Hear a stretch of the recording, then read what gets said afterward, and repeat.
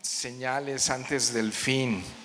Yo he titulado este sermón Eventos Futuros, y es todo el capítulo 13, pero no se asusten, no lo vamos a estudiar todo el capítulo 13, vamos a ir casi la mitad, nada más los primeros 18 versos. Vamos a estar juntos revisándolo. Es un tema que aún en 2 semanas es difícil de abordar con profundidades. Es toda una materia llamada escatología en los institutos, en los seminarios bíblicos, que nos llevaría mínimo unos 6 meses estarlo estudiando, pero no vamos a estudiar Apocalipsis completo ni nada por el estilo. Simplemente vamos a tratar de aprovechar al máximo estos 2 domingos que vamos a estar viendo estos eventos futuros que trae este capítulo 13. Entonces, si ya estás listo, vamos a orar juntos. Vamos a pedirle al Señor nuevamente que nos hable. Padre, aquí está atento nuestros oídos. Hemos abierto tu palabra, Señor, en este capítulo 13 de Marcos, y estamos expectantes de lo que tú nos vas a recordar a algunos, de lo que tú nos vas a hablar a otros, y de lo que tú nos vas a afirmar, Señor, en tu palabra, Señor. Entonces, abre nuestros oídos y haznos ver, Señor, que tú, como cantábamos hace un momento, tú vienes pronto, Señor. Oramos esto, Señor. Te ruego que tu Espíritu Santo me use, Señor, y abra mis labios con sabiduría y con prudencia. En el nombre de Jesús, amén. Estaba allá atrás cantando este último canto y estaba recordando cómo los discípulos, los primeros cristianos, los primeros en reunirse, no solamente se saludaban al estilo judío como Shalom, sino que era Shalom Maranatha, y era la paz de Dios sea contigo, un saludo muy común entre ellos, pero era Maranatha, que significa que Él vuelve pronto. Y entonces me deja recordar esto, que ellos vivían con una expectativa continua de que Jesús venía pronto. Y hoy, a través de este capítulo 13, vamos a ver que hoy hay más señales y más marcas que nos revelan que Él está más cerca de lo que pensamos. Entonces vamos a los primeros 2 versos, los voy a leer. Dice así: saliendo Jesús del templo, estaban en el templo, le dijo uno de sus discípulos: Maestro, mira qué piedras y qué edificios. Jesús, respondiendo, le dijo: ¿ves estos grandes edificios? No quedará piedra sobre piedra que no sea derribada. Wow. Entonces, sí tenemos que hacer un ejercicio un poco de nuestra imaginación. El templo era un lugar literal esplendoroso. Era un lugar maravilloso. Entonces, tan solo ver la altura, la distancia de los muros, las columnas, ¿no? Los interiores, mucho de esto decorado con oro, con metales preciosos. Los judíos se sentían muy, muy orgullosos del templo. Era un ícono para ellos, era parte de la vida judía. No podían imaginar la vida judía sin el templo, un templo lleno literal, arquitectónicamente, de esplendor y de gloria. Así es que todo judío estaría orgulloso de ser parte de lo que allí ocurría. ¿Por qué? Porque el templo los identificaba. Era parte de su identidad, ¿no? Ahora, nada más es importante entender esto. Este templo que Jesús visitó es conocido como el segundo templo. ¿Por qué el segundo templo? Porque el primer templo que Dios le dio la oportunidad a Salomón, que también fue un templo lleno de esplendor y de gloria en toda su construcción y en todo su diseño, ese primer templo fue destruido por los babilonios casi 600 años antes de Cristo. La cifra exacta es 586 años antes de Cristo. Ese primer templo, el templo que construyó Salomón, fue destruido cuando fueron llevados todos cautivos a Babilonia. Ahora, la historia que hemos revisado aquí como iglesia, y los miércoles hemos estado yendo a través del Antiguo Testamento, hemos leído, hemos estudiado juntos Esdras, hemos leído juntos Nehemías. Creo que escucho mucha reverberancia, ¿no? No sé si es correcto o nada más soy yo, pero como que sí se oye un poco mal. Entonces, pues nada, ese templo, el primer templo había sido destruido, pero en la época de Zorobabel y en la época de Esdras, cuando se cumple las profecías, hoy vamos a un capítulo profético, pero miremos esto hacia atrás, que cuando Dios dice que va a ocurrir, esto ocurre. Y sorprendentemente les había dicho que se iban a ir 70 años cautivos a Babilonia, y al término de esos 70 años regresarían de nuevo a Jerusalén, y eso ocurrió en la época de Zorobabel, en la época de Esdras y un poquito más contemporáneo Esdras con Nehemías. Ustedes han leído acerca de la reconstrucción de la ciudad en tiempo de Nehemías, pero Esdras, Zorobabel les toca reconstruir el templo que había sido destruido por los babilonios. Evidentemente ya nunca quedó igual, ya no quedó con la misma belleza, ya no quedó con el mismo esplendor, ya fue algo que tuvieron que hacer de manera pues hasta cierto punto urgente, ¿no? Que terminaran de tener un lugar donde reanudar el sacrificio, reanudar las ofrendas, reanudar las reuniones que tenían. Entonces lo vuelven a reconstruir, pero es el mismo templo reconstruido, el mismo templo de Salomón, que ya no quedó igual, pero quedó reconstruido. Ahora, este templo para la época de Jesús ya había sido rediseñado y ya había sido ampliado y ya había sido vuelto a construir de una manera muy diferente, muy gloriosa, como lo había dejado Zorobabel, unos años antes de que viniera Jesús, por Herodes. Hay varios Herodes, pero este es Herodes el Grande. Para tener una referencia, fue el que mandó a perseguir, a sacrificar a todos los niños menores cuando se entera que Jesús, que el rey de los judíos había nacido. Este mismo Herodes, para congraciarse, para ganarse el favor de los judíos, para hacer como una especie de alianza y quedar bien con ellos, es que este amigo Herodes, bueno, no era mi amigo, es que dice, pues me voy a ganar el favor de ellos y voy a reconstruir, voy a volver a levantar, y le llevó más de 60, bueno, él muere, pero se sigue reconstruyendo, y casi 60 años llevó el volverlo a diseñar. En la época de Zorobabel fueron solamente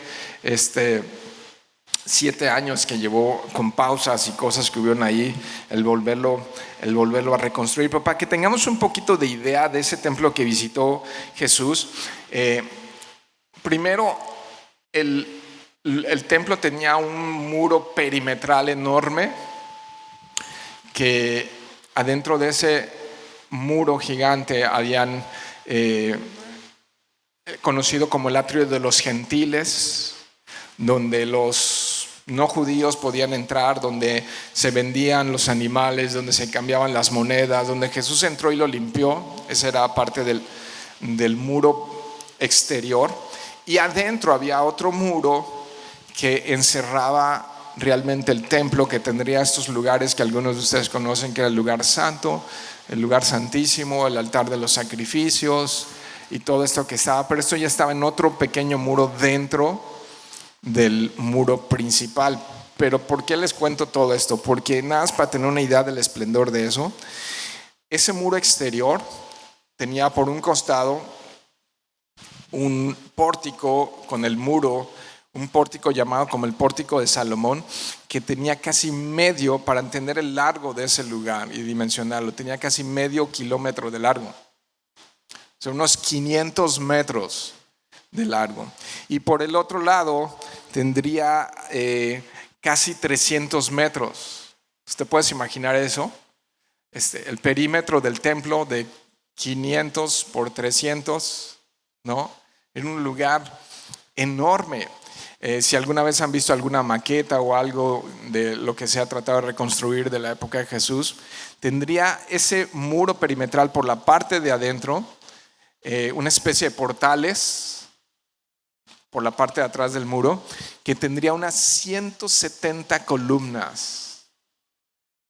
Imagínate un lugar con 170 columnas así, o sea, 300 metros llenos de columnas. Era impresionante nada más verlo desde el atrio de los gentiles. Y olvídate de entrar al lugar santo, todos los instrumentos de oro, el lavacro,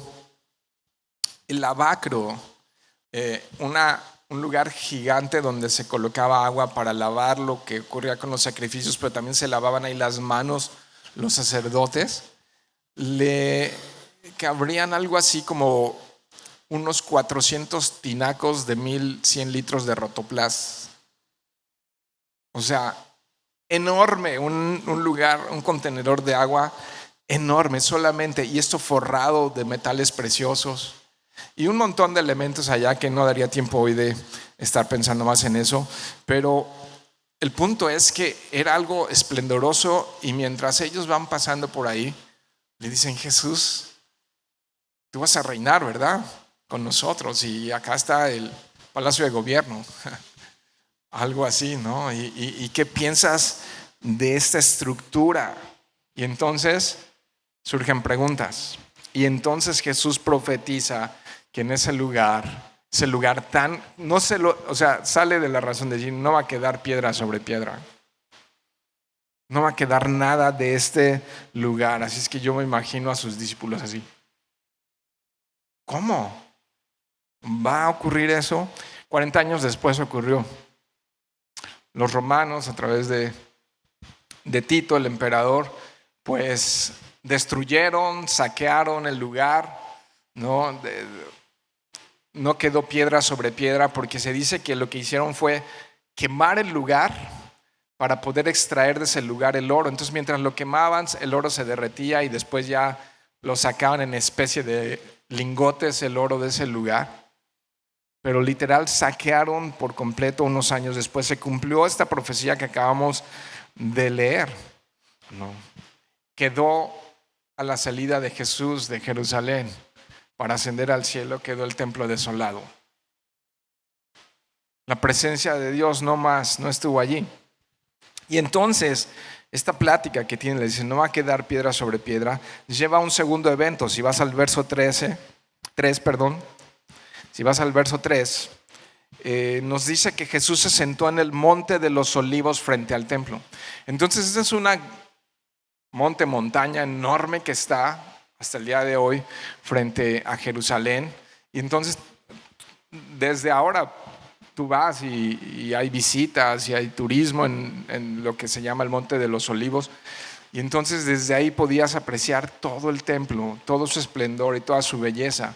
Al lado del templo, de estos muros gigantes que les hablo, estaba el fuerte Antonia, que era un cuartel romano, ¿no? Y entonces todo eso estaba en ese lugar, y ellos ya con calma ya salieron del templo, están enfrente en el monte de los olivos, y Jesús se sienta, y vienen 4 de los más íntimos y cercanos con él, y dice que y Pedro, Jacobo, Juan y Andrés le preguntaron aparte: dinos, ¿cuándo serán estas cosas?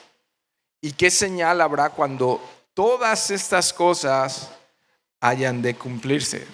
Mateo, que es más extenso en este tema, Mateo 24 y 25 es conocido como el Sermón del Monte de los Olivos. Y es esta parte que estamos leyendo en el capítulo 13, pero ampliada. Mateo añade que le preguntaron: ¿qué señal habrá de tu venida? Entonces, chécate esto, la inquietud que hay en sus corazones, la inquietud le hacen estas preguntas: ¿cuándo? O sea, querían una fecha, ¿no? Así particular. ¿Y qué acontecimientos habrá antes de que esto ocurra? Esos son señales. ¿Qué acontecimientos nos van a anunciar que esté por suceder eso? Entonces, de verdad disfruta esto imaginándote Jesús sentado en quietud, con los 4 íntimos, con una vista increíble, con una vista, es una especie de mirador lo que puedes ver hoy allí en el Monte de los Olivos. Y entonces desde el mirador viendo el templo. Y Jesús en estos versos que vamos a estar estudiando no les da ninguna fecha. Entonces dice, la fecha no es importante, no es algo de lo que deban preocuparse, pero sí, esto es importante porque es lo que va a aplicar para nosotros hoy en día. La fecha no es importante, pero lo que sí es importante es estar preparados en nuestro corazón, es estar con nuestras maletas hechas, porque nuestra ciudadanía, dice la Escritura, no es terrenal, sino está en los cielos. Y entonces deben de estar preparados para cuando este día llegue.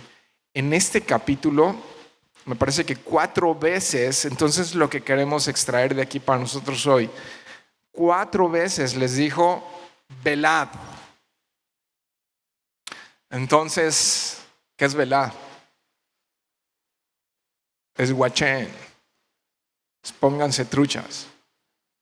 Tienen que estar bien shush. Si cabecean, tienen que estar despiertos y atentos a lo que va a ocurrir. Y así han vivido los verdaderos cristianos a través de casi 2000 años, ¿no? Al estudiar este pasaje, por eso lo partí en 2, porque no nos va a dar tiempo de revisarlo todo.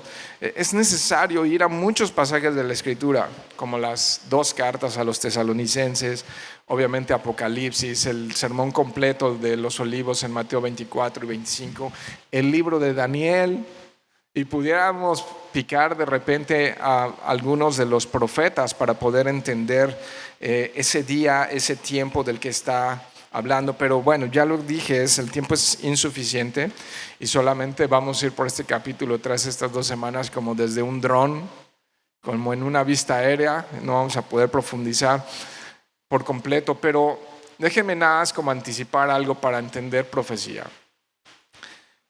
Una regla para entender profecía bíblica, para entender profecía judía, es entender que las profecías muchas veces tienen más de un cumplimiento, a veces 2 y hasta 3 veces se cumple la misma profecía en diferentes momentos. Y eso es a lo que le llamamos sombras de lo que ha de venir. Eventos que están anunciando que algo mayor viene. Entonces tenemos que entender eso porque solo así vamos a poder ver la armonía y la perfección que tienen estos relatos. Y vamos a poder ver cómo es perfecto el cumplimiento de la profecía bíblica.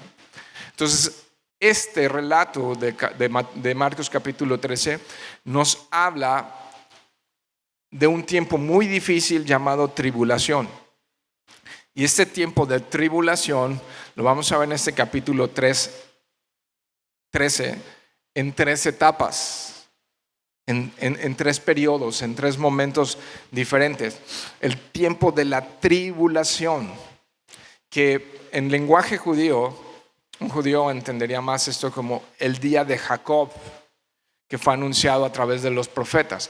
Pero yo quiero usar como parte de eso, si vas conmigo al profeta Sofonías, capítulo 1, nada más para un poco entender ese día, el día de la ira de Dios, el día de Jacob, el día final, el día en que Jesús va a regresar para traer justicia, justicia perdurable, acabar con la maldad y con la iniquidad, resetear, formatear, tomar lo que le pertenece, venir con el título de propiedad y acabar con toda la maldad sobre la tierra. Y mira lo que dice Sofonías 1, verso 15, si estás allí.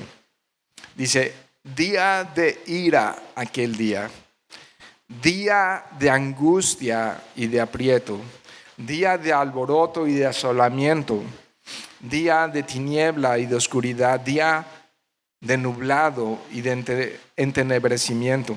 Nada más lees este primer verso y puedes imaginar que viene un día que para aquellos que hayan rechazado a Jesús, la gracia de Jesús, el perdón de Jesús, la misericordia, y no se hayan arrepentido en sus corazones y no hayan regresado a Cristo, viene un día terrible, viene un tiempo que no quieres ni imaginar. Dice el verso 16, día de trompeta y de algazara sobre las ciudades fortificadas y sobre altas torres, y atribularé a los hombres y andarán como ciegos porque pecaron contra el Señor, contra Jehová, y la sangre de ellos será derramada como polvo y su carne como estiércol.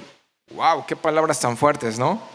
Verso 18, ni su plata ni su oro podrá librarlos en el día de la ira de Jehová, pues toda la tierra será consumida con el fuego de su celo, porque ciertamente destrucción apresurada hará de todos los habitantes de la tierra. Qué texto tan fuerte.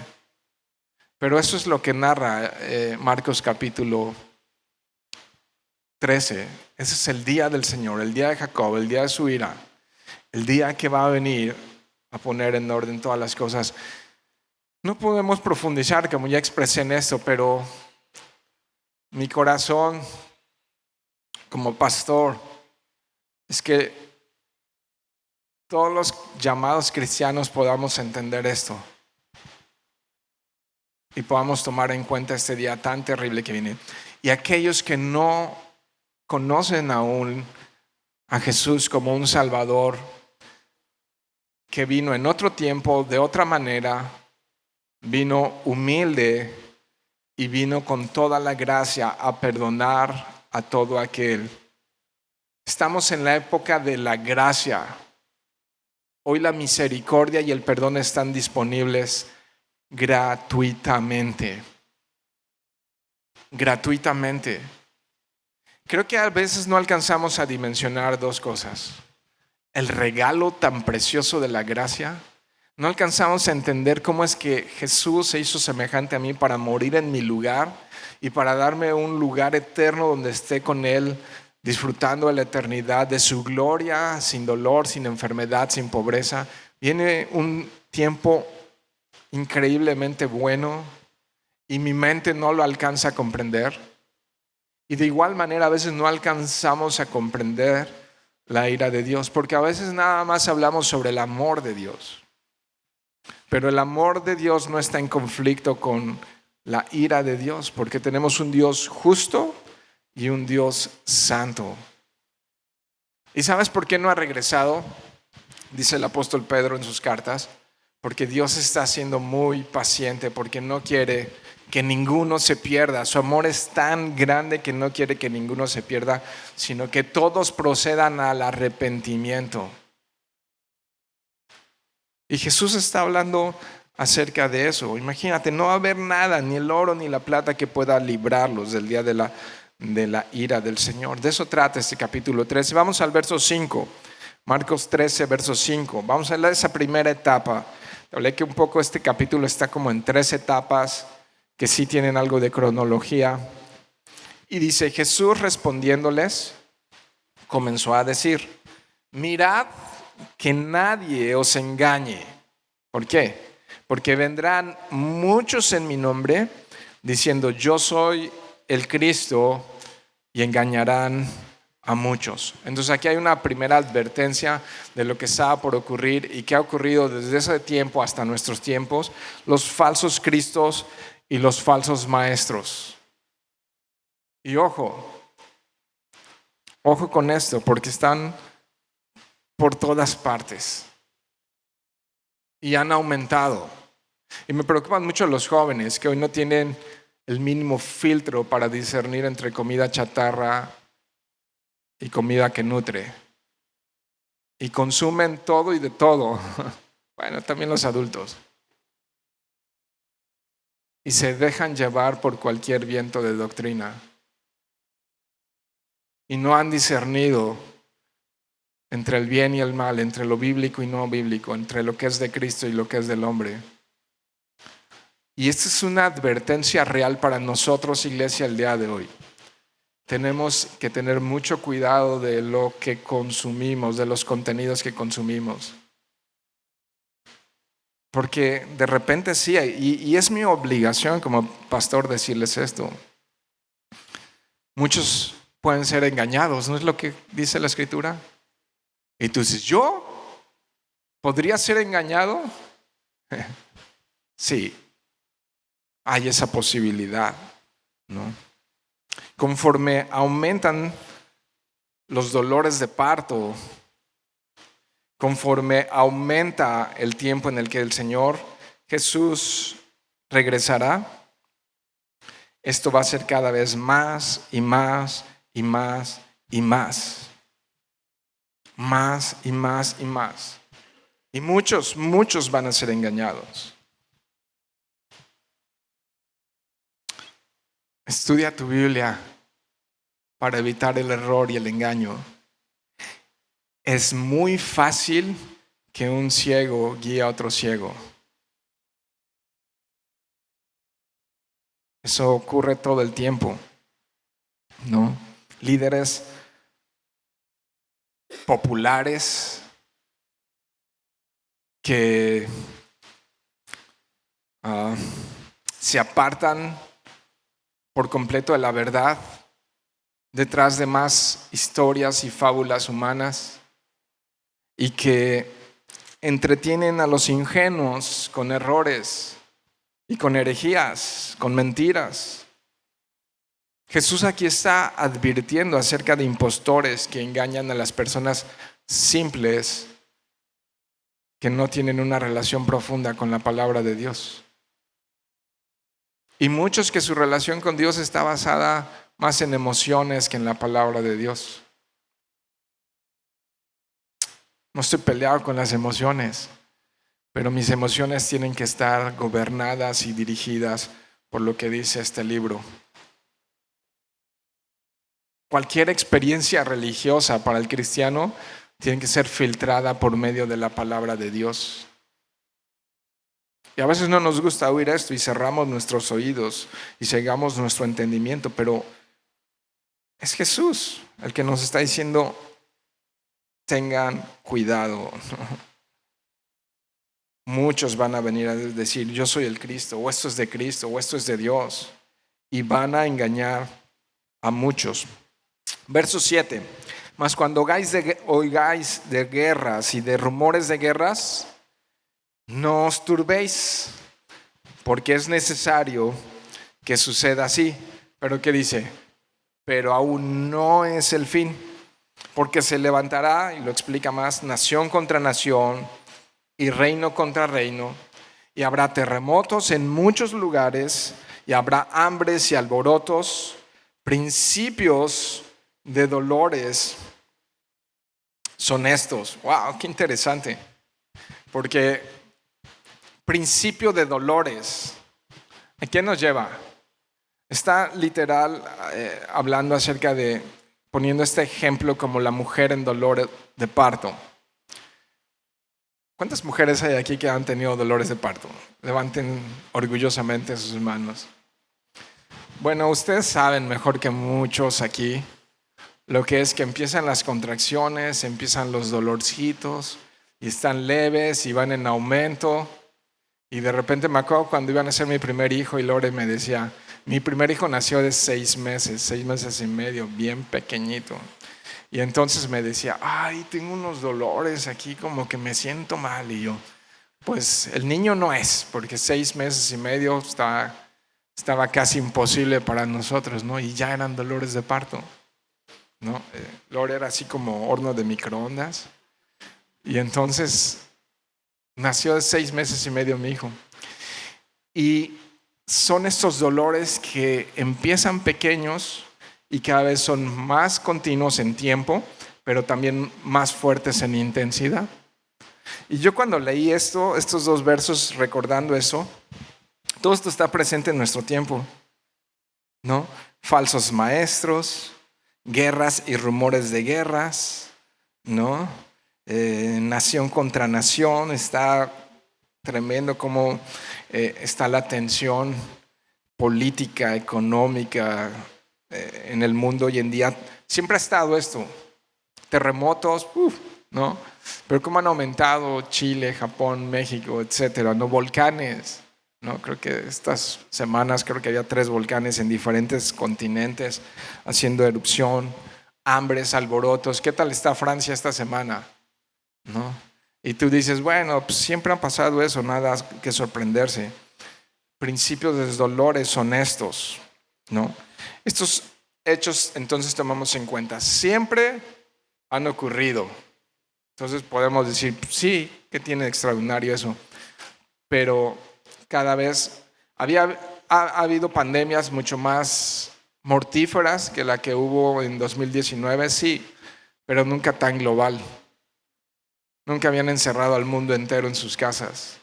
Eso fue global, no solamente España o Europa o ciertas regiones del mundo de África, sino fue global. Principio de dolores, ¿no? Principio de dolores. Algunos piensan que algunos desastres naturales o algunas cosas como la pandemia o las pandemias son un juicio de Dios, que realmente está anunciando que un juicio mayor viene. Y es como todavía una voz suave y tierna que dice arrepiéntanse porque no estoy jugando. No estoy jugando y tan los amo que di a mi hijo. Imagínense eso. Tan serio es esto que di a mi hijo en rescate, en pago por ustedes. Pero si ustedes renuncian a esa libertad, a esa gracia, a ese perdón, a esa misericordia, entonces tienen que saber que esto solamente es el principio de algo muy grande que está por ocurrir. Verso 9, pero mirad por vosotros mismos, porque os entregarán a los concilios y en las sinagogas os azotarán y delante de gobernadores y de reyes os llevarán por causa de mí para testimonio de ellos. Bueno, les dije que la profecía tiene diferentes cumplimientos. Esto ya pasó. Si no, pregúntales a los 12 y a los 70 y a los primeros cristianos cómo les fue en los circos romanos y azotados y quemados y arrastrados por las calles, ¿no? Y fue terrible. Pero déjame darte un dato curioso. Hoy hay lugares como Uganda y hay otras regiones del mundo donde están siendo asesinados más cristianos que en toda la historia, que en los 2000 años que llevamos, en estos últimos años están matando a más cristianos que en toda la historia. Wow, no en nuestro país. Nosotros podemos venir el domingo, quejarnos del calor, pero realmente sentarnos con libertad, abrir una Biblia y orar juntos sin temor de ser perseguidos. Y sabes, deberíamos estar agradecidos con eso. A los chinos no les va igual, a muchos en África, en India y en otros lugares no les va igual. En Corea del Norte no les va igual, ¿no? Realmente pierden sus vidas por tener un fragmento de la Biblia en sus manos. Entonces, chécate eso, están muriendo más, están siendo sacrificados o asesinados más cristianos que en toda la historia. Este dato lo saqué de La Voz de los Mártires. Si tú buscas esa página en internet, La Voz de los Mártires, vas a poder encontrar muchos videos y mucha información acerca de algo que está pasando. Y esto ya se empezó a calentar, el motor ya se empezó a calentar porque las redes sociales han traído un nuevo entorno social para todos y sabemos que hoy hablas de Cristo y inmediatamente te censuran. Y inmediatamente está mal visto, ¿no? Y te tachan de esto, de santurrón y de lo que sea, pero yo creo que es el principio también de lo que está por ocurrir y que cada vez va a ser más acelerado. Verso 10, y es necesario que el evangelio sea predicado antes a todas las naciones. Mi punto de vista es que el evangelio ya ha llegado a todo el mundo. No significa que todo el mundo haya sido evangelizado, pero hoy han llegado misioneros arriesgando sus vidas a cada parte de esta tierra, aún a las comunidades aisladas en Ecuador y en el Amazonas han llegado misioneros a todos lados. No significa que hayan sido evangelizados. Jesús no está diciendo, y van a ser evangelizados todas las naciones. Dice que se ha predicado, que se ha anunciado el evangelio a todas las naciones, ¿no? Y aquí valdría la pena recordar tiempos difíciles de persecución de la iglesia a quienes les escribe Santiago, porque pudiera repetirse esto en tu caso, en mi historia, en la tuya. Y dice Santiago, capítulo 1, verso 2, lo leo rápidamente: hermanos míos, tengan por sumo gozo cuando se hallen en diversas pruebas. Y se refiere a estas pruebas por el nombre y a causa de Cristo. Sumo gozo. Sumo gozo. O sea, es un enfoque claro, entendido, lleno de fe y lleno de esperanza de todo esto es una breve tribulación momentánea. Y que lo que ahora vivo en la carne, lo vivo en la fe en el Hijo de Dios. Por tanto, todo lo puedo en Cristo que me fortalece, decía Pablo, ¿no? Y entonces esto puede suceder. Y en una de esas si le toca a esta generación, no lo sé. Por eso es bueno recordar esto. Es bueno recordarlo. Algunos de nuestros hermanos, como ya lo dije, en otros continentes, lo están viviendo. Versos 12 y 13.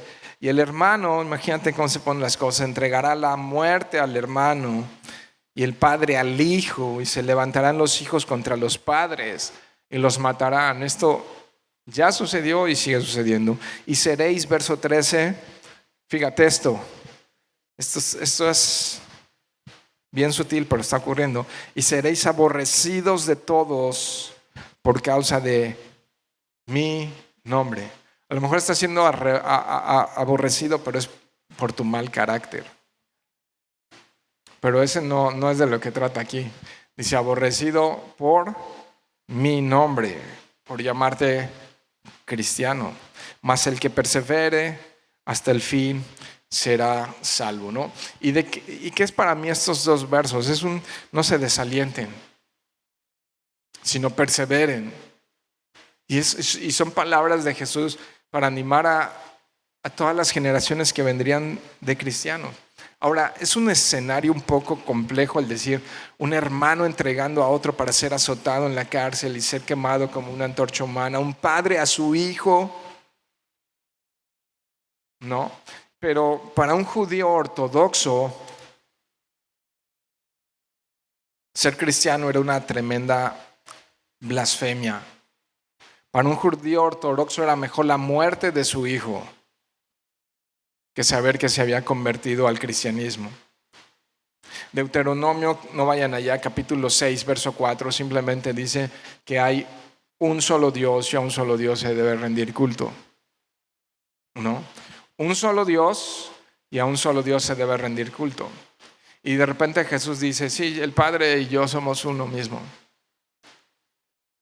¿no? Y por eso nosotros creemos en un Dios trino, en el Dios Padre, Dios Hijo y Dios Espíritu Santo, que son un solo Dios, ¿no? Pero para un judío que no había recibido a Cristo, entonces es mejor que mi hijo muera a saber que se convirtió al cristianismo. Eso es una tremenda blasfemia. Entonces sí tenemos que tomar en cuenta que no es cualquier sufrimiento del que están hablando, ni Santiago, ni Jesús, es por causa de mi nombre, a causa de Jesús. Ahora, en una de esas, si nadie ni se entera que eres cristiano, algo anda mal. Algo anda mal si los que te conocen ni siquiera tienen idea de que eres cristiano, ¿no? Vayan conmigo a Hebreos capítulo 10. Yo quiero hacer un énfasis en afirmar y en animar a través de cualquier prueba, pero especialmente de las persecuciones, de cualquier prueba o de las persecuciones, como mantenernos firmes en el Señor. ¿Te acuerdas que Jesús le está hablando a quién? A 4. No les está hablando a las multitudes. Ojo, está sentado hoy aquí. Jesús les está hablando a quienes tienen oídos para Él. Amén. Y está animándolos a estar alertas y a mantenerse firmes. Hebreos capítulo 10, verso 23. Recuerda esto, cristiano. Dice, mantengamos firme, sin fluctuar, la profesión de nuestra esperanza. Profesión es aquello que hablamos, aquello que dijimos, aquello que declaramos, aquello que dijimos que éramos. ¿Dijiste que ibas a confiar en Jesús? Dijiste, Señor, creo en ti, perdóname y ven a mí. ¿Sí? Ok, entonces, y a lo mejor estás pasando por alguna prueba en estos días, y esto es, mantente firme y sin fluctuar la profesión de nuestra esperanza. ¿Cuál es la esperanza? Maranata, Jesús viene pronto, ¿no? Porque, chécate esto, fiel es el que lo prometió. Verso 24, si sigues ahí, y considerémonos unos a otros para estimularnos al amor y a las buenas obras. ¿Te das cuenta la importancia de congregarnos y de reunirnos? ¿Dónde ocurre esto? Entre imperfectos como tú y como yo. Entre el hermano Ley y el hermano Gracia. Entre el hermano Lija y el hermano Bálsamo. ¿No? A veces necesitamos ser exfoliados, pero a veces necesitamos ser sanados, ¿no? Y así una cremita así que sane el corazón. Y de todos hay en la iglesia. Y Jesús viene por una iglesia. Dice el verso 25. Sigo en Hebreos 10. No, esto es imperativo, no dejando de congregarnos como a algunos les pasó en la pandemia y ya no regresaron. ¿No? Como algunos tienen por costumbre, pues, sino exhortándonos, y tanto más cuando vemos que aquel día se acerca. ¿Qué día? El día que está narrando Marcos 13. La Biblia conecta con una belleza admirable y sorprendente, ¿no? ¿Estás listo para recibir persecución? ¿Sí? Hay muchos lugares donde podamos hablar de Cristo. Y es seguro que a algunos les va a ofender. Y hay que correr el riesgo. ¿Sabes que a muchos hablar de Cristo les puede ofender terriblemente? ¿Y qué vamos a hacer? ¿Callar? ¿Para no ser perseguidos? Vayan a Mateo capítulo 10. Mateo capítulo 10, verso 32.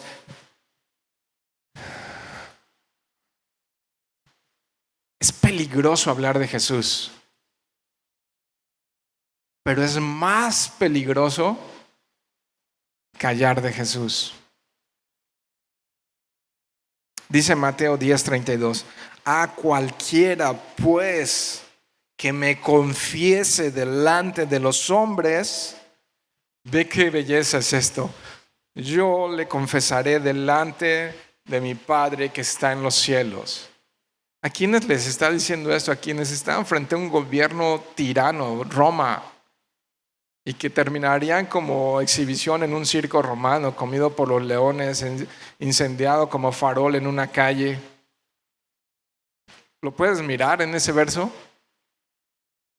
Y dice, a cualquiera pues que se atreva en el lugar más hostil y difícil confesar mi nombre, yo lo voy a confesar a él delante de los... No debe haber algo más glorioso que Jesús diciendo, yo lo conozco, pásale. Pero ahí no termina, veamos el 33. Y a cualquiera, lo mismo, que me niegue delante de los hombres, yo también le negaré delante de mi Padre que está en los cielos. Ni te conozco. Pues eras de la secreta. Ni sabía que eras de la secreta. sea, te avergonzaste de mí. Yo también me avergüenzo de ti. Qué fuerte, ¿no? Entonces, viene ese tiempo de tribulación. La tribulación está presente desde tiempos del libro de los Hechos, pero evidentemente va a ser un tiempo mucho más difícil. Y es recordar esto, que los verdaderos creyentes demostrarán su fe mediante su fidelidad a Cristo. Y dirán, para atrás ni para tomar vuelo. ¿No? Ahora, vamos a los últimos versos, llamados la abominación desoladora. ¿Qué es eso? Dice verso 14. Entonces, primera etapa ya tuvo cumplimientos y sigue cumpliéndose, ¿sí? Ya los cristianos fueron perseguidos en la época de los apóstoles de esta manera y continuó los primeros 300 años hasta que se institucionalizó la religión por medio del gobierno romano. Es que fueron cruelmente perseguidos, y después de la reforma también continuaron las persecuciones y bueno, continúan hasta nuestros días. Esta profecía tiene sus diferentes cumplimientos, pero, y viene aún una mayor, pero vamos a hablar de otra etapa diferente. Cuando vean la abominación desoladora, ¿qué es eso? De que habló el profeta Daniel, ok, puesta donde no debe estar, el que lee entienda. Entonces, los que estén en Judea, huyan a los montes. El que esté en la azotea, no descienda a la casa, ni entre para tomar algo de su casa. Y el que esté en el campo, no vuelva atrás a tomar su capa. Mas hay de las que estén encintas y de las que críen en aquellos días. Orad, pues, que vuestra huida no sea en vano. Bueno, vayan acercándose a Daniel, por favor. Esta abominación desoladora está escrita allí en el libro de Daniel y se refiere, ese término, a la contaminación idólatra. Fíjate esta descripción, a la contaminación idólatra que entraría en el templo, que contaminaría el templo de Dios, siendo contaminado por ritos y por dioses, digamos, paganos, o por personalidades no creyentes o no cristianas, vaya, de alguna manera. Cristianos no, estamos hablando de judíos más bien, ¿no? Entonces, eso es la abominación desoladora. Ahora, esta profecía de Daniel está en varios pasajes, yo voy a leer ahorita un poquito de ello. Ya tuvo 2 cumplimientos previos al tercero que viene. 167 años antes de Cristo fue profanado el templo por el rey asirio Antíoco. 167 años antes de Cristo, él entró e hizo rituales, digamos, satánicos dentro del templo de Dios. En una de estas invasiones ocurrió y ya tuvo un cumplimiento. Pero vamos a ver, si ya estás ahí en Daniel, capítulo 11, verso 31. Viendo la armonía de la Biblia. Y se levantarán de su parte tropas que profanarán, esto es profanar el santuario y la fortaleza, y quitarán el continuo sacrificio y pondrán que abominación desoladora. ¿Lo ves? Ahí está. Entonces el que le entienda, ya leímos, ya había sido anunciado por Daniel, ya había sido anunciado. Ahora, curioso, un segundo cumplimiento. Les hablé de que no quedó piedra sobre piedra, ¿no? ¿Y qué crees que ocurrió en esa época? En el año 70 ya de nuestra era, en el tiempo cristiano, cuando él dijo, no va a quedar piedra sobre piedra. Pasó después de Jesús, 33 años, 40 años después, aproximadamente en el año 70 de nuestra era, pues que quitaron al sumo sacerdote y trajeron a un sacerdote romano que se sentó en el lugar de Dios y volvió a sacrificar allí cerdos. Los cerdos son un animal abominable dentro de los rituales judíos, y eso hizo también en el año 70. Entonces 2 ocasiones ya ha tenido cumplimiento. Estos son sombras, vaya, preludios de esta abominación desoladora que tiene que ocurrir en los últimos tiempos. Pero hoy resulta que, ¿cómo va a haber abominación desoladora si no hay templo? Entonces se requiere un templo. Y sabes que lo que más quieren los judíos hoy en día es volver a construir el templo. Hay un lugar en Israel hoy que tiene ya varias décadas funcionando y ocurriendo, que se llama el Museo del Templo, y es toda una fundación donde tienen todos los elementos. Lo puedes buscar, googlear, visitar, ¿no? Tienen todo, tienen lavacro, tienen las mesas de los panes de la propiciación, tienen los bloques tipo Lego para construir otro templo, tienen todo, las vestiduras sacerdotales. Están deseosos y diría yo ansiosos ya de construir el tercer templo. Eso es algo que hace 50 años era inadmisible. De hecho, ver al pueblo de Israel reunidos era inadmisible hace 100 años. Y en 1947, 48, es que la Liga de las Naciones volvió a regresarlos y a darles la tierra a los judíos, la tierra de Palestina, para que se volvieran a ser una nación.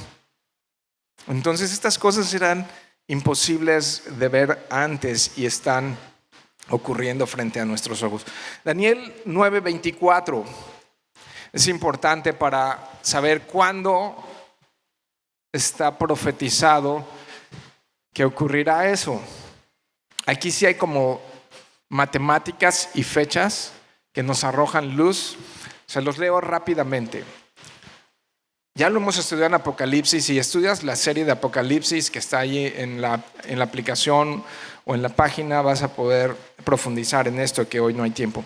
Dice el verso 24: 70 semanas están determinadas sobre tu pueblo. Nada más aclaro que esas semanas proféticas equivalen a 7 años. Entonces, una semana son 7 años. ¿Ok? Rápido, sigo. Sobre tu pueblo y sobre tu santa ciudad, para terminar la prevaricación y poner fin al pecado y expiar la iniquidad, para traer justicia perdurable y sellar la visión y la profecía y ungir al santo de los santos. Este es el día en el que Jesús regresa y pone orden, ¿ok? Verso 25. Sabe pues y entiende que desde la salida, aquí hay información bien importante, de la orden para restaurar y edificar Jerusalén hasta el Mesías príncipe. Ok, chécate esto. La orden para reconstruir, ya les dije, Esdras, Nehemías, Zorobabel, el tiempo de Nehemías, cuando el rey le dice puedes salir y edificar. Si le sacamos matemáticas, son perfectas y preciosas, como transcurren 483 años. Calendario hebreo perfecto en la entrada del Mesías príncipe. ¿Quién es el Mesías príncipe? La entrada triunfal a Jerusalén, la semana en la que él fue crucificado. Es un calendario profético perfecto y me anima porque sé que como se ha cumplido esto con una matemática tan exacta, se cumplirá lo que está por venir. Y entonces les leo rápido, me estoy emocionando. Ok. Habrá 7 semanas y 72 semanas, o sea 69. Se volverán a edificar la plaza y el muro en tiempos angustiosos, y después de las 72 semanas se quitará la vida al Mesías, mas no por sí, y el pueblo de un príncipe que ha de venir destruirá la ciudad, ¿no? Años 70, y el santuario, y su fin será con inundación, y hasta el fin de la guerra durarán las devastaciones. Y por otra semana, fíjate que es interesante el verso 27. Entonces ocurrieron 69 semanas, falta una, ¿sí? Y por otra semana confirmará el pacto con muchos. A la mitad de esa semana, si la semana es de 7 años, entonces 3 años y medio y 3 años y medio. A la mitad de esa semana, ¿no te estoy mareando mucho? ¿No? Ok. 7 años faltan por cumplirse, y a la mitad de esos 7 años, ¿ok? hará cesar el sacrificio y la ofrenda. Entonces vuelve a haber sacrificio y ofrenda, pero a la mitad se detiene. Después, con la muchedumbre de las que hay abominaciones, entonces se detiene porque hay abominaciones en ese lugar. ¿Te das cuenta? Te vamos a hablar un poco de eso. Hasta que venga la consumación, es decir, el fin de esos 7 años, y lo que está determinado se derrame sobre el desolador. Ok, entonces ya expliqué un poquito rápido esto. Nos da 483 años y faltan 7 años que conocemos como Marcos capítulo 13, la tribulación. Y en un sentido estricto es primeros 3.5 años es tribulación y los últimos 3 años y medio como mega tribulación. En griego era lipsis y megalipsis, pero los dos en conjunto hablan de esos 7 años. Y a la mitad de la semana, entonces ocurre la abominación desoladora. ¿Por quién? ¿Quién va a estar allí sentado en ese lugar sacrificando a los ídolos y siendo un ídolo? El anticristo. Es el anticristo, que en lenguaje de Apocalipsis se le llama la bestia. ¿Qué tiene que ocurrir entonces para que se construya el templo? Que Israel tiene que hacer un pacto con la bestia, con el anticristo. El pueblo judío va a ser engañado a tal grado que van a firmar un pacto y él les va a prometer seguridad y paz en medio del pueblo palestino que está en contra de que se reconstruya el tercer templo, y va a decir: yo te voy a proteger y el templo se va a construir. Y ellos dicen: wow, sí, este debe ser nuestro Mesías, y se va a ir porque va a hacer señales, milagros y los va a convencer.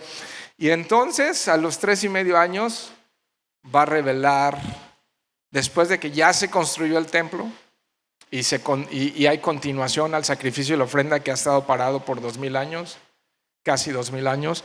Entonces, hoy está muy profético esto, pero espero no perderlos.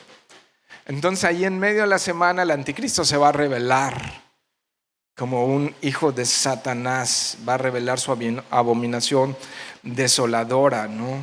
Y entonces aquellos que rechazaron al verdadero Mesías y que ahora le dieron lugar al falso Mesías, ¿no?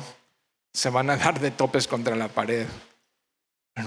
Segunda de Tesalonicenses, vayan rápido allá. Segunda de Tesalonicenses. Dice, pero con respecto, fíjate qué belleza de armonía. Segunda de Tesalonicenses capítulo 2, verso 1, me dice así: pero con respecto de la venida de nuestro Señor Jesucristo y nuestra reunión con Él, les rogamos, hermanos, a que no se dejen mover fácilmente en el modo de pensar, ni se conturben o conturbéis, ni por espíritu, ni por palabra, ni por carta como si fuera nuestra, en el sentido de que el día del Señor está cerca. Nadie les engañe en ninguna manera, porque no vendrán sin que antes venga la apostasía. Wow. Yo he podido ver apostasía en estos últimos años entre los llamados cristianos como nunca antes. Tengo 40 años de caminar con Cristo y estoy viendo a muchos que habían dicho ser cristianos tirando para atrás con famosos y no famosos, ¿no? Y aguas entonces con estar consumiendo comida chatarra por allá afuera. Bueno, en general, lee tu Biblia. Entonces nadie les engañe de ninguna manera, porque no vendrá sin que antes venga la apostasía y se manifieste el hombre de pecado, el hijo de perdición. ¿Quién es?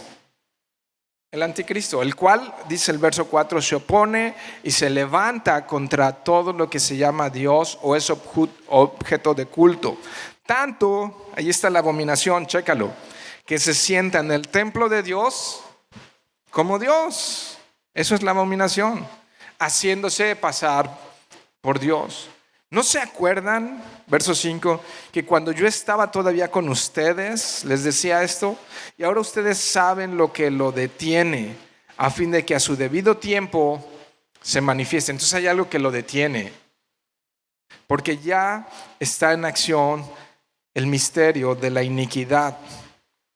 Solo que hay quien al presente lo detiene, algo lo está deteniendo, hasta que él a su vez se ha quitado del medio. Entonces eso que está deteniendo, eso que está parando, eso que está frenando, tiene que ser quitado del medio. ¿Qué es? ¿Qué es? ¿Alguien tiene idea? No se oye claro acá, por favor, hablen fuera. El Espíritu Santo. ¿Y el Espíritu Santo dónde mora? En nosotros. ¿Cuál es el templo del Espíritu Santo? Entonces, ¿qué va a ser quitado? Nosotros. La iglesia va a ser tomada y entonces sí, venga semana 70. ¿Te das cuenta? Entonces hay algo que lo detiene. Verso 8, ¿sigues ahí? Y entonces se manifestará aquel inicuo. ¿Cuándo? Cuando ya se quitó eso, ¿no? Se va a manifestar a quien el Señor matará con el espíritu de su boca y destruirá con el resplandor de su venida. Con el puro resplandor va a acabar con él. Verso 9, inicuo cuyo advenimiento es por obra de Satanás, con gran poder y señales y prodigios mentirosos. Aguas conseguir señales y milagros, Los milagros y las señales siguen a los creyentes, no los creyentes siguen a las señales. ¿Ven esa diferencia? Las señales y los milagros siguen a los creyentes, no los creyentes siguen a los milagros. Y con todo engaño, verso 10, iniquidad para los que se pierden por cuanto no recibieron el amor de la verdad para ser salvos. Por esto Dios les envía un poder engañoso para que crean la mentira. Wow. El pecado endurece para creer mentiras, a fin de que sean condenados todos los que no creyeron a la verdad, sino que se complacieron, o sea, hasta se deleitaron en la injusticia, ¿no? Wow, pues me está hablando la Escritura de estar preparados para este tiempo. Esto es lo importante en este pasaje: estar alerta, estar listos, no fijar fechas, pero sí confiar y creer que el Señor está más cerca que cuando dijo. Daniel, regresen a Daniel. Estamos ya en este cierre. Nada más quiero dar otro dato que puede ser muy relevante. Por decir, ok, entonces han de faltar como otros 3 días con 50,000 años. Pero chécate este dato. Daniel 12, verso 4. No puede ser más cerca que ahora. Chécate Daniel 12:4. ¿Estás allí? Ok, pero tú, todo lo que Dios le reveló a Daniel, pero tú, Daniel, cierra las palabras y sella el libro. ¿Hasta cuándo? Hasta el fin. ¿De qué fin estamos hablando? Pues Marcos 13. Ok. Muchos, fíjate, un dato curioso, correrán de aquí para allá y la ciencia aumentará. Ese es un dato previo al final. Muchos correrán de aquí para allá. Como nunca antes los vuelos de Volaris están bien baratos. Y de repente te salen 3,000 pesos ir a Costa Rica ida y vuelta. Y está lejos, ¿no?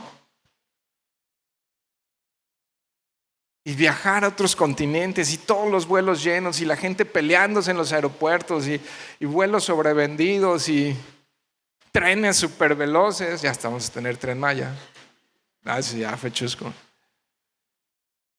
Pero la gente trasladándose a altas velocidades, ¿no? Hoy hay muchísima gente empleada que su trabajo es andar viajando por el mundo por todos lados.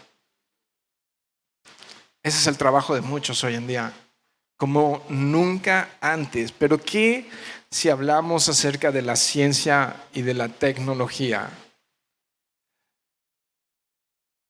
los investigadores han revelado que de la época de Internet para acá ha crecido la ciencia y la tecnología más que en la suma de toda la historia de la humanidad. En un periodo de tiempo muy corto, la difusión de los descubrimientos tecnológicos y científicos se publica en todas las revistas de ciencia, todas las revistas de tecnología, velocidades impresionantes. Entonces ahí están los biólogos, los científicos, los físicos, los matemáticos, compartiendo información a gran velocidad y avanzando como nunca antes en temas tecnológicos y científicos.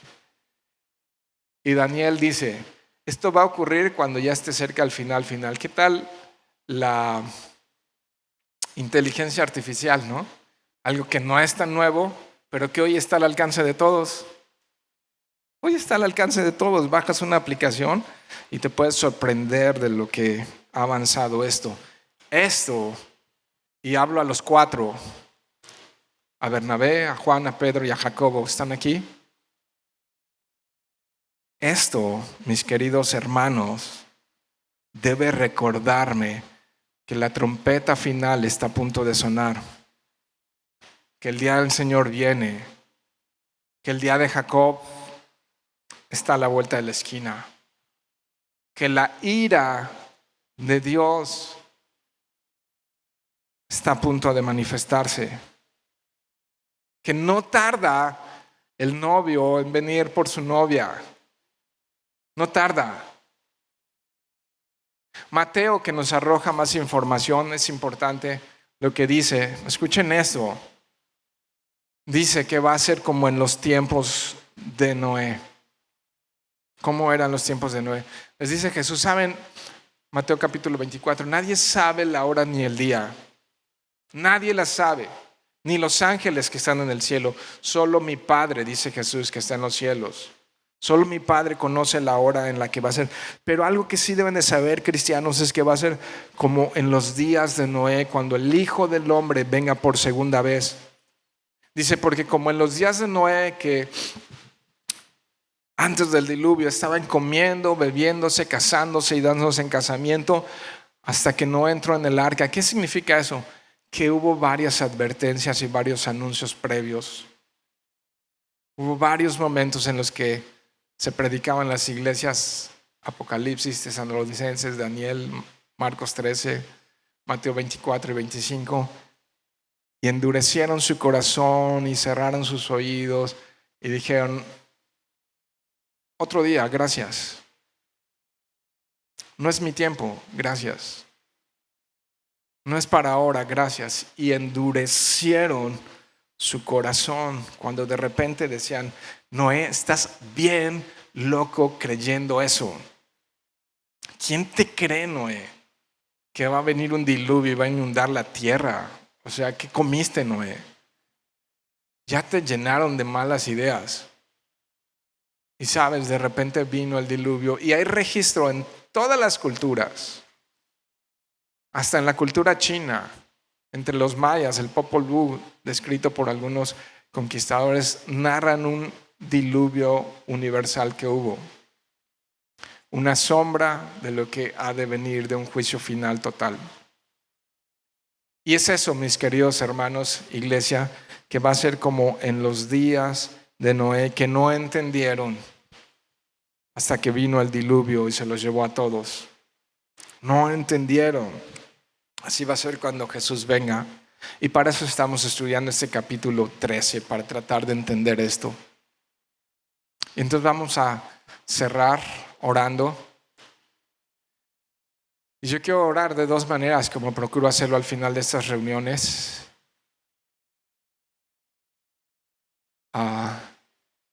Primero, para ti, cristiano, invitándote a reflexionar. ¿Cómo estás viviendo tu vida cristiana? Si la estás viviendo a la máxima intensidad, tu libertad en Cristo, y compartiendo con otros la gran comisión, llevando a otros al conocimiento de la verdad, a los pies de Cristo, no a una religión, a Cristo, a Cristo, a Cristo. Se trata de Cristo. Y si está siendo ese instrumento de Dios para proclamar, si creyéramos Marcos 13, sentiríamos una necesidad urgente de decirles a los demás, arrepiéntanse porque el día del Señor viene.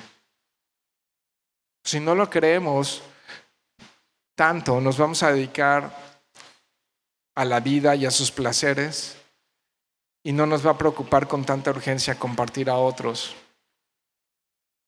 acerca de esto. Porque si no pasa nada. Todavía tengo que pagar colegiaturas, todavía tengo que comprar el súper. Eso es necesario hacerlo, no dejes de hacerlo. Pero teniendo una cosmovisión correcta, como creyentes, como hijos de Dios. Y lo segundo por lo que quiero orar es, si tú no te has reconciliado con Dios, y esto sí déjame hacerlo de una forma persuasiva. Hoy es el día, arrepiéntete. Arrepiéntete, esto es real, esto es bien real.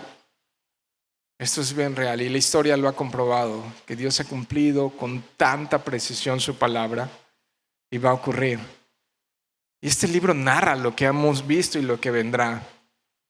Pero cuando Él venga, ¿cómo vas a estar? No sabes si hoy viene en la tarde o dentro de 10 años. Y sabes, lo que hemos experimentado, los que hemos entregado nuestra vida a Cristo es una nueva vida, una nueva forma de entender esto. Y sí, todavía nos huelen los pies, todavía nos tenemos que bañar, todavía nos da hambre, todavía nos caemos, todavía pasan estas cosas, pero entendemos la vida de una manera diferente. Bueno, no me huelen los pies a mí, para que no me vean mal. Eso creo, pues mejor pregúntenle a Lore. Dice que no, mira, ya está, ahí está. O en algunos les huelen los pies todavía. Todavía estamos en esta humanidad débil. Pero ¿sabes qué ha llenado nuestro corazón? La esperanza. Y no vivimos como los que no tienen esperanza.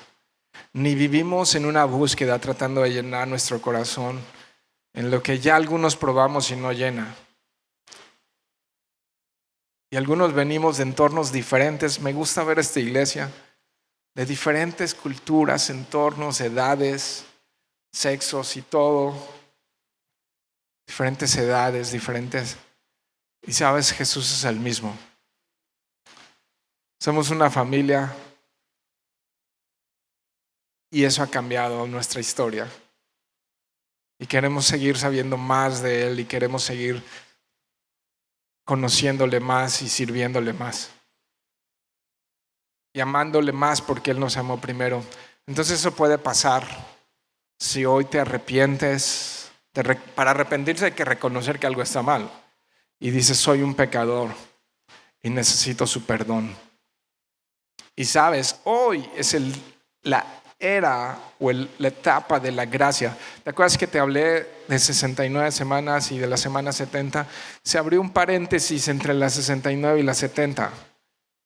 Hay una pausa que está deteniendo la ira de Dios y es la gracia de Dios. Es la gracia de Dios que ha puesto pausa a la semana 70 para que podamos arrepentirnos y podamos rendirnos a Él y decir, quiero recibir a Jesús como mi Salvador y quiero entregarle mi vida a Él como mi único Señor. Y Señor, ven a mí y pon tu espíritu y ayúdame ahora a vivir esto que llamamos vida. Y eso puede suceder, que hoy recibas ese perdón, que hoy el Espíritu Santo te marque como propiedad de Él y que empieces a vivir esta vida fallida de la mano del todopoderoso Señor Jesús. Entonces te animo a orar junto conmigo. Cierren sus ojos. Y sí, Señor, primeramente como iglesia venimos ante ti recordando, Señor, que tú vuelves pronto. Tú lo has dicho y esas señales están a la vista. Y tú ya las habías dicho, Señor. Qué maravilloso es leerlas. Y tú ya nos habías advertido, Dios. Y anhelamos que tú regreses pronto. Entonces queremos decirte, ven pronto, Señor. Pero también queremos decirte que cuando tú vengas, Señor, nuestras lámparas estén encendidas, nuestras vidas estén rendidas a ti y nuestros corazones rendidos por completo a ti, creciendo en fe, creciendo en gracia, creciendo en obediencia, creciendo en hacer tu obra, publicando, compartiendo a otros esta gloriosa esperanza que hay en nosotros, Dios. Entonces ayúdanos a vivir cada día en un maranata, Señor. En un maranata, Señor. No permitas que nada nos distraiga, Señor. Y te ruego como pastor que tú me has puesto enfrente de esta iglesia, Dios, que ninguno de los que están aquí se deje guiar por falsos cristos, falsos maestros. Señor, que no sean arrastrados por diversas doctrinas, Señor, sino que sea tu palabra, Señor, y solo tu palabra, Señor, la que les guíe en este caminar, Señor. Te lo ruego en el nombre de Jesús. Y también te ruego por la salvación de los que están aquí y no te conocen, Señor. Quizá muchos han oído de ti y quizás han oído de ti por años y han asistido quizá a congregaciones por años, no lo sé. Pero hoy derrama tu misericordia, Dios. Entonces, si estás aquí y quieres reconocer a Jesús, dile así: Señor, perdóname. Dile así: Señor, me arrepiento de vivir sin ti y te acepto como mi Salvador. Y ahora estoy dispuesto a vivir mi vida para ti todos los días. Aunque sé que no va a ser fácil y que no va a ser perfecto. Aunque sé que va a ser difícil, Señor. Pero toma mi vida, Señor. Dile así: toma mi vida. Tómala, Señor, es tuya. Tómala, Señor, toma mi vida, es tuya. Y así, con una oración tan sencilla como esa, recibe la salvación y la vida eterna. Y gracias, Señor, por evitar que estemos, Señor, en el día del juicio, en el día de la ira, Dios. Tuya sea toda la gloria y toda la honra en el precioso nombre de Jesús. También oramos, Dios, por tu provisión a nuestras casas. También oramos, Dios, por la provisión a esta congregación. Y también oramos, Señor, por los enfermos, por los que están pasando por problemas familiares, Dios, y por los que están solos y débiles, Dios. También te pedimos por todos ellos que tu mano nos proteja. En el nombre de Jesús.